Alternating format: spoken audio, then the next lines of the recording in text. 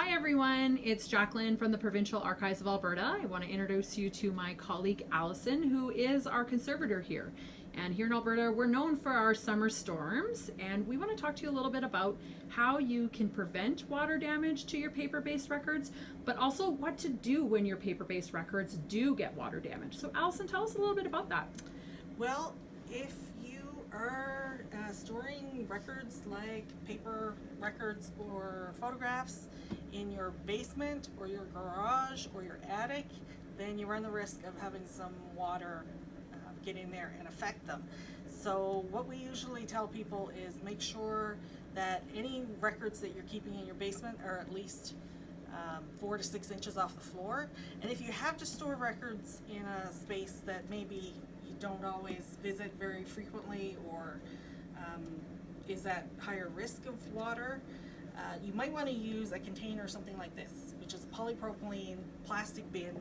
They're not airtight, and you don't really want them to be, but just something that's going to be water resistant that can be really helpful in preventing situations like these. Because what you'll notice is that once water gets access to photographs and paper, it gets really soft and really delicate and really tough to handle. And so it's not always the most fun to deal with, but there are some things that you can do. Now, if you're dealing with a situation where maybe your basement is flooded or you've got some serious structural problems, you might be working with a restoration company or somebody who can help you by accessing a freeze dryer. So they might be able to do some of this work for you. But if it's a small amount of material and you just want to deal with it yourself, there are a few things that you can do. I have put together a few tools and materials that you might be able to access at home. One of the things that you'll notice when you come to visit the Provincial Archives is that in our conservation lab we're pretty well equipped with all different kinds of materials that make this type of situation a bit more manageable. But those materials aren't the easiest to come by at home. So I decided to try to pull together a few things that might work instead. So the first thing I would like to point out is that any workspace that you're dealing with, especially if you're dealing with, if you're working on your, say, your dining room table, you really don't want to have water sitting on your dining room table. So it's a good idea to put a plastic barrier, and you can use a garbage bag, you can use a drop cloth, like a painter's drop cloth, anything that's plastic will do. The other thing to remember is that photos and documents are much more likely to become moldy if they've been left too long, so you want to deal with this type of situation as soon as possible. But you do need to note that if you see mold, you really should be using gloves and a mask because you don't want to expose yourself to any respiratory issues. So just bear that in mind. And also, if you can work in a space like your garage or maybe even outside on a sunny day, that might be a good idea. So another thing to think about is how much water are you actually dealing with? So you'll notice I put some photographs. Now these are not accessioned objects, so they're not from our collections. These are just samples that I have. When photos get wet, they become really delicate and they get very floppy. And it's very easy to damage the emulsion, so you have to handle them really carefully. But you can move them. I mean, photos were developed in water, so. And I just want to clarify, that is just water in there, is that right, Just Allison? water, yes. Now, one thing to remember is that if the water that gets into these materials in the first place is dirty water, then you may need to rinse it first. And that's another reason to use gloves and a mask, because you don't know what's in the water, and so we usually would rinse those first. Now, back to our working surface. When you're dealing with records that are really soaking, sopping wet, you have to figure out where that water is going to go. So you do need to have a a surface that's more absorbent. Now you can use a lot of things. I have a towel here. Everybody's got towels, so that I know everybody's gonna have in their house. But you can also use something like paper towels. You can use those blue shop towels, that'll work. You can use sheets, anything like that will work. I have these white towels, which is handy because then I can see if there's any ink that's running, or if the water is dirty, then I can see that happening. Now, when you're lifting something like a photograph out of the water, it's better to hold it so that the water actually drips down out of a corner. And in this case, this is a pretty sturdy photograph. Now what we're gonna do is actually place it face down, but you don't want to press anything on top of it. So the problem is that when you have photographs that are wet, the emulsion is so soft that anything that presses against it can actually leave an impression on it. And it might not be immediately obvious, but it does happen, and it might actually disfigure the photograph. So it's actually better to turn it face down and just let it dry as it is. You don't want the moisture sitting on top of the photograph. I mean, either way will work, but the problem is the longer the water sits on the surface, the softer the emulsion is going to be. So it's better to just turn it over and just leave it. You don't want to weight it down, because that means that you might get the impression of the towel or whatever's underneath in the photograph, so you don't want that. Or those sticky fibers on Or top. those sticky fibers, yeah. So bear that in mind. Now, there's a reason why we start with photographs first. If you have to start with anything, I would start with photographs, because they need to be separated before you dry them. If they dry, now these have been wetted and have been allowed to dry in a stack.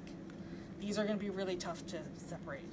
And in fact, I've had to separate photographs before that have been stuck together, and it's very, very easy to damage them. So it's always better to just let them dry. Now, I should point out that as these dry, they're going to look like this, which might not be ideal, but this we can fix, because this can actually be humidified and flattened in a controlled way later. But if you were to leave this wet,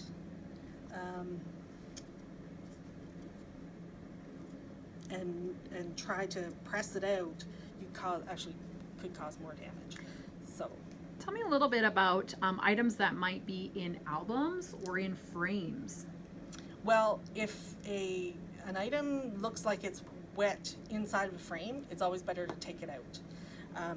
If it's pressed against the glass and it dries that way, it will probably stick to the glass, and then it'll be next to impossible to separate it. So it's better to do that wet and just let it dry and then figure it out later.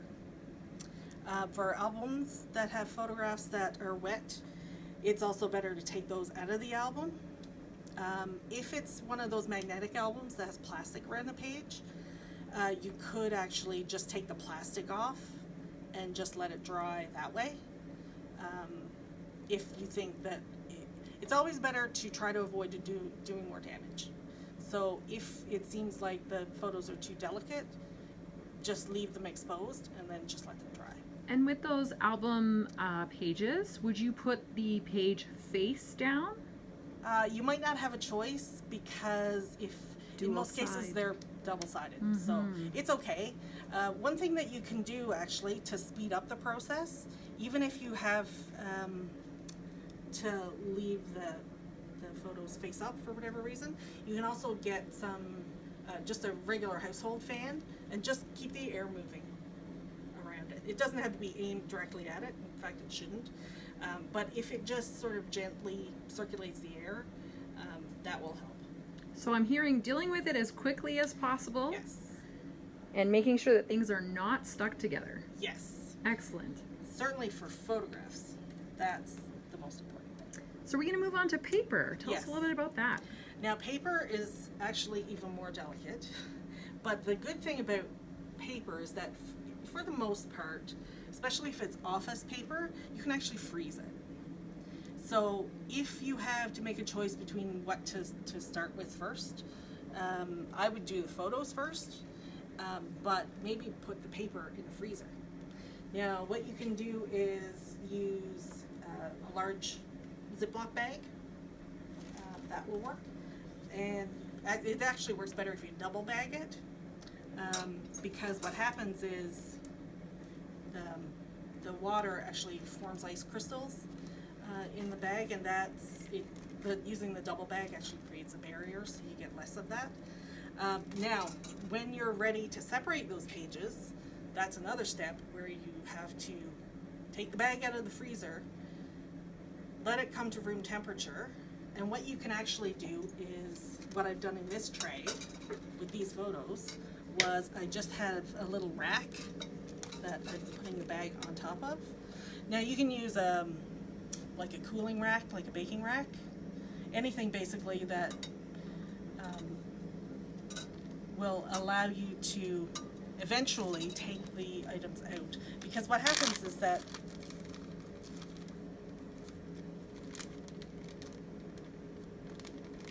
you want it to be thoroughly defrosted, but you don't want it to dry out completely. So now these have been in the freezer.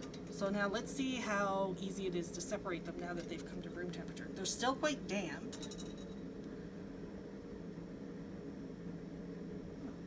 See? So I've frozen them. But because the water is still separating them, they haven't dried. And they haven't stuck And together. they haven't stuck together. So that actually works. But you can see how easy it is to tear these up. So now, those are photos. That's one thing. For paper documents, that can be a bit more complicated. Now, what we found is that you can, in an ideal world, you would separate each page with a piece of newsprint or a paper towel or something like that. But in reality, that can be really hard to do. You might not have enough material or space. So what we found is that even if you just separate it into smaller stacks, that'll work. Now this is water, a stack of paper that's been soaked, but it's not sitting in water. These are actually sitting in water. You can actually see that they move around a little bit. And so you can use that to your advantage by taking off a couple of sheets at a time.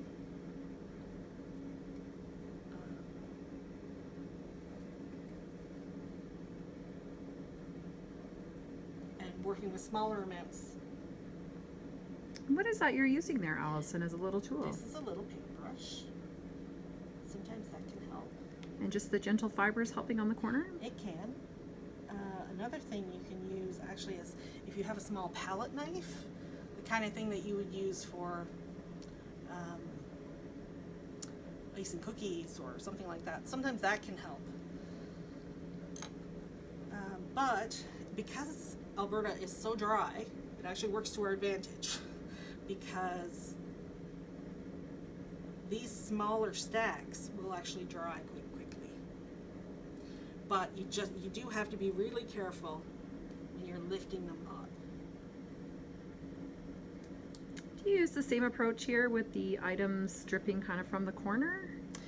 If there's enough water that you notice that it's dripping, yes.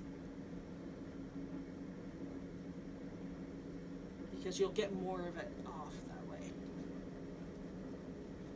So in this case, yeah, you can see it's actually, yeah.